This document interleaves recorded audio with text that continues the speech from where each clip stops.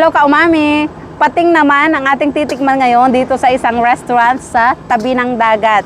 Ito po yung tinatawag na Pat Sha Shalam. Ayan. So shark po siya mga ka-umami at tikman natin kung ano ang lasa ng shark. Ito po ay Pat Sha Shalam. Sha is yung finger root, yung parang luya na mabango. Mayroong fresh na paminta, basil. So tikman natin ang pating. Ganyan po siya. Ang bango.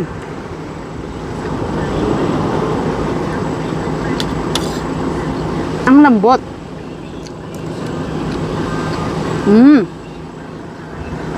Ang anghang.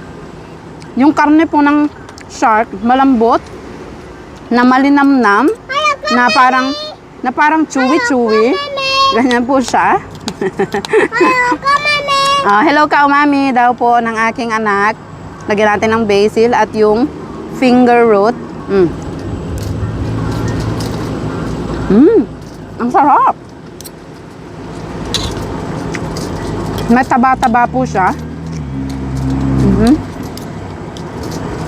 Ang sarap lalo na pag sinamahan mo nung basil at finger root.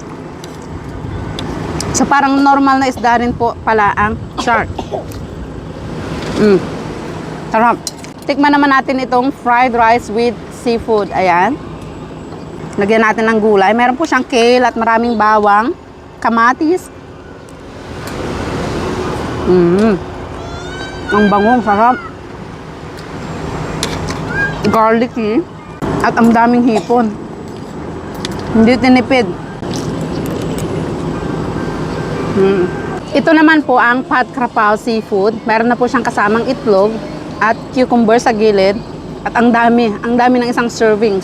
50 lang. Tikman natin ang squid.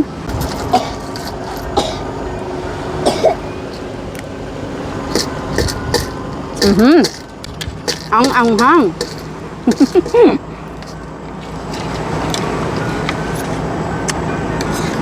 At syempre, perfect po ang Pat Krapao kapag mayroong kasamang itlog. Ito naman po yung Pat Katiyam. Ayan, para sa mga ayaw ng maanghang, meron din. Garlic ang po siya at oyster sauce. Ang kagandahan po dito, dahil nasa tabing dagat tayo, ang mumura at ang fresh ng kanilang mga seafood.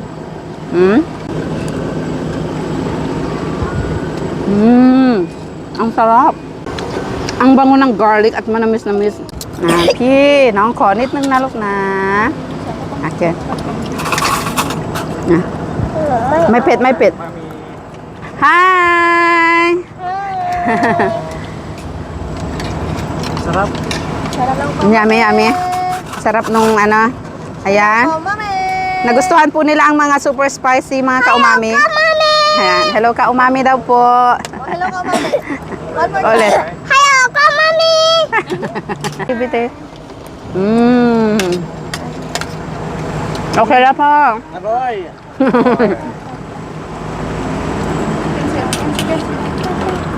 Makin kalok. Sarap naman ito. Pero ba't ang buto? Shark. So tapos na po kaming kumain mga ka-umami. Ganito pala yung itsura ng lugar. Meron din pong mga kainan doon.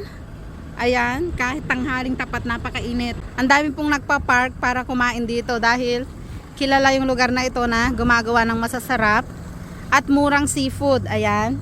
So sa mga mamamasyal dito sa bandang Pattaya at gusto sa mga ganitong lugar, ilalagay ko na lang po sa comment yung details ng lugar na ito para naman madaanan nyo. Yun lang mga ka-umami. Salamat po sa panonood.